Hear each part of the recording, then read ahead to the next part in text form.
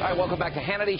She is back, our good friend of the program, our conservative commentator and author, writer, Monica Crowley. Welcome back. How are you? Hi, Sean. Okay. All right, let me start because you obviously, people may not know that you were the sister-in-law of our dear friend Alan Combs, and my heart goes out to you and your sister. How's she doing? Thank you. She's okay. How are you doing? She's coping with it. Thank you for asking. Alan was such a gentleman, as everybody in this audience knows. Absolutely. And he was the kindest, most decent man you will ever meet. He treated everybody with the same respect and kindness, whether you were the President of the United States or the man on the street.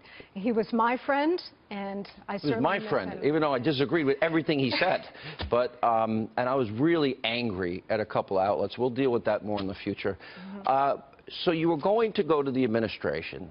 You got viciously attacked. And by the way, you're not the only one. It's Bannon, it's Reince, it's Kellyanne, it's Steve Miller, it's even Melania. And they're going after Jared, and they go after Ivanka. They even went after a 10-year-old kid. It's pretty ugly. Now they're going after Sebastian Gorka, which is ridiculous. But it seems that anyone around the president's getting attacked. And I wanted to give you a chance, because you hadn't been out there publicly for personal and other reasons, to respond to this. Well, look, what happened to me was a despicable, straight-up political hit job, okay? It's been debunked. My editor has completely supported me and backed me up. There is a very toxic, and it's getting increasingly toxic and poisonous atmosphere of personal destruction in Washington and the media. It's always sort of been there, but now it's at a whole different level. And this is exactly why smart and good people do not want to go into government service. I will tell you that nothing and nobody is ever going to stop me from speaking out on the issues I care about the future of this nation. There's also a really bigger point here, which is a lesson that I learned. Look what they did to General Flynn. Well, and this is the bigger point. In some ways, I was something of the canary in the coal mine. The attack on me was a test. What happened to me, what happened to General Flynn, what has happened to Attorney General Sessions and others is all of a piece. There is a very dangerous and very effective destabilization campaign underway against this president, his administration, and his agenda. And what I hope that the president and his senior aides understand is that these forces are not just looking to delegitimize him. We often talk about that. Sure, they want to do that. They want to personally destroy him, destroy his presidency, and they would like to see the man in prison. I hope that the president understands. I am not overstating this, having been a victim of this myself. They are out for blood. And the reason they have to destroy him is that Donald Trump is an alien organism that has been injected into the body politic by the American people to reform it. He must not be allowed to succeed. They have swarmed him. They have swarmed everybody around him in order to reject him out of the system, just like any alien organism. He must not be allowed to succeed. And I hope that everybody around him now understands that this is a war and that they started a long time ago, but they will not end until they get the President of the United States. I totally agree with you. By the way, I want to say one thing. We have a mutual friend, Andy McCarthy.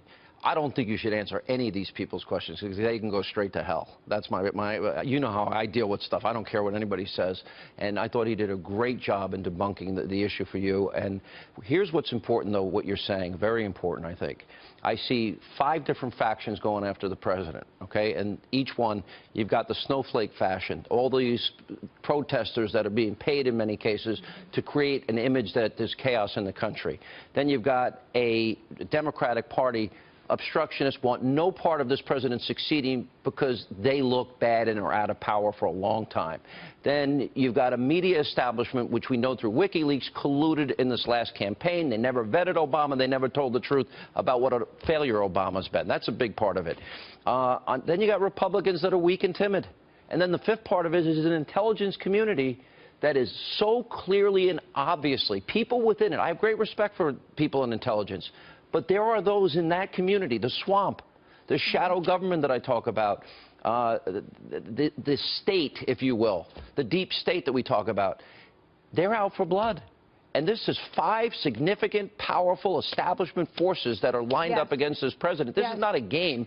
They want to destroy him, delegitimize him, and get him out if they can. They want him in prison, and this is what we need to understand. So true. David Brock and some of these organizations have already raised tens of millions of dollars for an impeachment process. Then they want jail to the chief. They need to understand that this is a war.